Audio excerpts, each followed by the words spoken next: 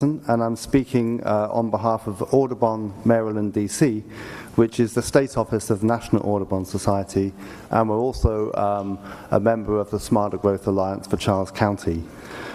Tonight I'm representing the 187 Audubon members that live in Charles County, and I'd like to thank you for giving us the opportunity to air our views at this hearing. I'd first like to say that Audubon is not anti-growth. Our population will grow and our economy needs to grow also, but the fundamental point is where we choose to place this growth.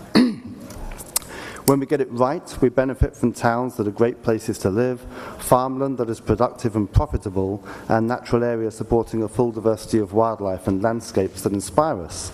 But we get it wrong, and we end up with an unworkable scramble of incompatible land uses, towns lacking services, farms that can't make a profit, and natural areas that are no longer natural.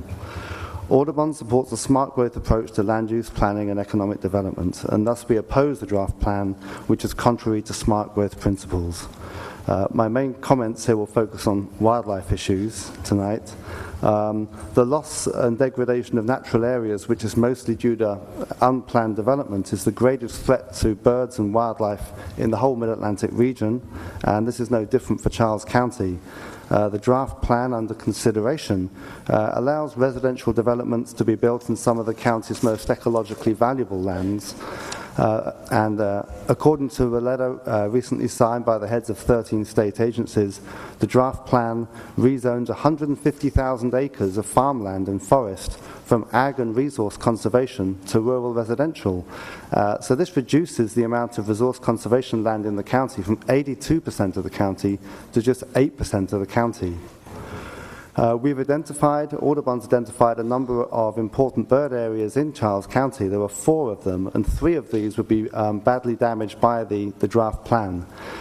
These areas have been identified by Audubon members resident in Charles County who've given up many hours to go and document the bird life of these treasured places.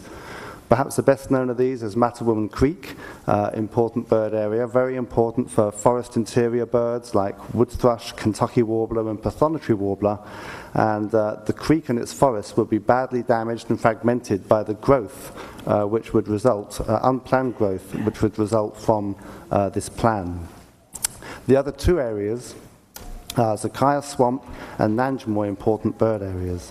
Now, 2 years ago, I joined Audubon members and other Charles County citizens at a number of charrettes where we discussed the relative benefits of planning. The merged scenario that came out of this has now been ignored. And where is this merged scenario in the plan that we have in front of us? Thank you, sir. Mr.